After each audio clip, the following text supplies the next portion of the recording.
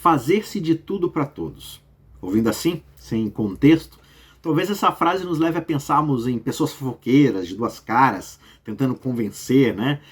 Profissionais engenhosos de marketing e propaganda, tentando vender algum produto, ou políticos astutos, tentando convencer as pessoas a se reelegerem. Na verdade, Paulo está falando de uma filosofia ministerial de profunda integridade. Ele está falando de uma flexibilidade que procura honrar algo muito mais profundo do que expressões culturais. Em 1 Coríntios 9, o apóstolo está dissecando ali o seu modus operandi, o seu ministério. Ele está discutindo como ele pode se mover tão livremente de uma cultura para outra, de religiosos severos na sinagoga judaica para filósofos de pensamento livre no aerópago grego, para pessoas comuns no mercado gentil. Em cada situação, ele adota práticas culturais que são muito apropriadas para o contexto. Por quê? Porque ele é um camaleão que agrada todo mundo? Será que ele não sabe quem ele é, portanto ele se molda ao seu contexto? Na verdade, é justamente porque ele conhece a sua verdadeira identidade que ele é tão capaz de se adaptar. Porque ele pertence a Cristo. Ele está livre das reivindicações da cultura. No entanto, sendo livre, ele usa isso para servir. Ele diz: porque sendo livre de todos, fiz-me escravo de todos, a fim de ganhar o maior número possível.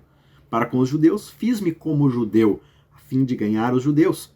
Para os que vivem sob o regime da lei, como se eu mesmo assim vivesse, para ganhar os que vivem debaixo da lei, embora eu não esteja debaixo da lei.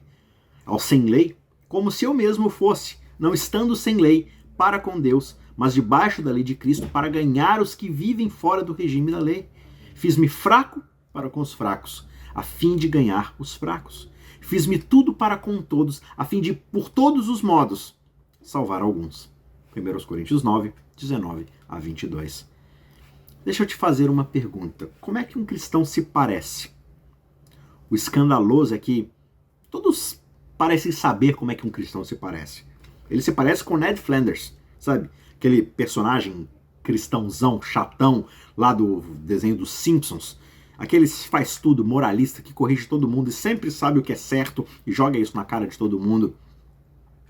No fim das contas, os cristãos se parecem com pessoas brancas, de classe média, suburbanos, com alguma formação universitária, santarrões e profundamente irritantes. Só que é claro que estatisticamente isso nem faz sentido. Por exemplo, no Brasil mesmo, o crente médio é pobre preto de periferia. Essa é a grande maioria dos cristãos. Só que, no entanto, o estereótipo persiste. Isso é um escândalo porque o evangelho está acima da cultura. Você não pode realmente responder à pergunta: como um cristão se parece?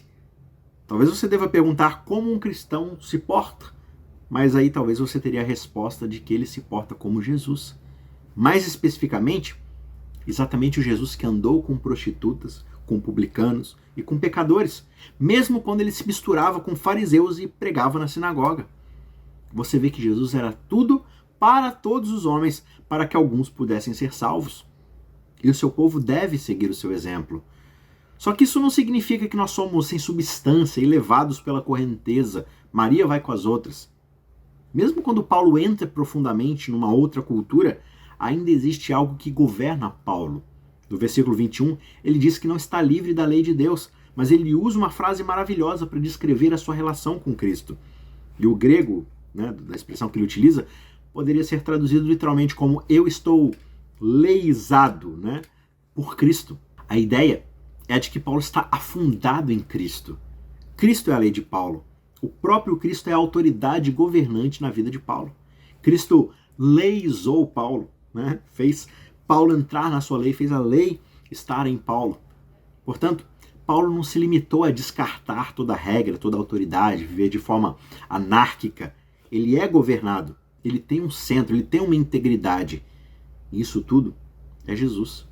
O que significa que Paulo nunca poderia dizer: eu me tornei um traficante de drogas a fim de ganhar traficantes. Eu tornei-me um usuário de drogas para ganhar usuários de drogas. Ou eu me tornei um profissional do sexo para ganhar os profissionais do sexo. Mas isso significará que algumas pessoas vão dizer: olha, eu ando com traficantes e usuários de drogas para poder ganhar traficantes e usuários de drogas. Eu ando com profissionais do sexo para poder ganhar esses profissionais do sexo. Mas por quê? Por que passar por tudo isso? É muito mais fácil a gente ficar com aquelas pessoas que são como nós. A gente tem essa tendência de gravitarmos fortemente em direção a pessoas como nós. Quando nós entramos numa sala cheia de pessoas, a gente avalia os presentes num nanosegundo. Sem sequer a gente pensar nisso, a gente já começa a conversar com pessoas da nossa idade, da nossa raça, do nosso nível salarial, do nosso senso de humor, do nosso senso de moda. A gente faz esses cálculos na velocidade do pensamento e nos encaixamos instantaneamente nas panelinhas. Porque o que a gente deseja é aceitação. Nós queremos profundamente pertencer a isso. E é algo exaustivo, ultrapassando fronteiras sociais e culturais. Você tentar superar essas coisas. Então como é que Paulo faz isso? Bem, primeiro ele sabe que mesmo no meio da multidão, é inabalavelmente um dos que está em. Ou seja, Paulo ele usa a frase em Cristo mais de 150 vezes em suas cartas. Esse em Cristo é o círculo íntimo mais definitivo, mais último ao qual alguém poderia pertencer. E Paulo está constantemente lembrando a si mesmo e aos seus leitores que nós estamos em no que diz respeito ao único clube que realmente conta. Se o Pai Todo-Poderoso nos aceita no amado, nós estamos livres da necessidade de aceitação com os outros. Só que mais do que isso, no versículo 23, Paulo nos deixa vislumbrar sua motivação. Isso faço por causa do Evangelho, para poder participar dele com vocês. Paulo não quer simplesmente desfrutar do Evangelho por si mesmo. A sua visão do futuro é se sentar à mesa de Cristo com os religiosos e os irreligiosos, com os morais e os imorais, com gregos cultos e com bárbaros selvagens. Com esse objetivo em mente, Paulo alcança com um evangelho suficientemente grande para encontrar e mudar qualquer um. Com quem você quer se sentar naquele dia? Jesus cruzou as últimas barreiras para oferecer a salvação a todo mundo. O seu sangue pagou por cada tribo, cada nação, cada povo, cada língua. Hoje nós podemos nos unir a Ele para alcançá-lo. Nós devemos nos tornar todas as coisas para todas as pessoas, por todos os meios, para de alguma forma nós podemos salvar pelo menos alguns.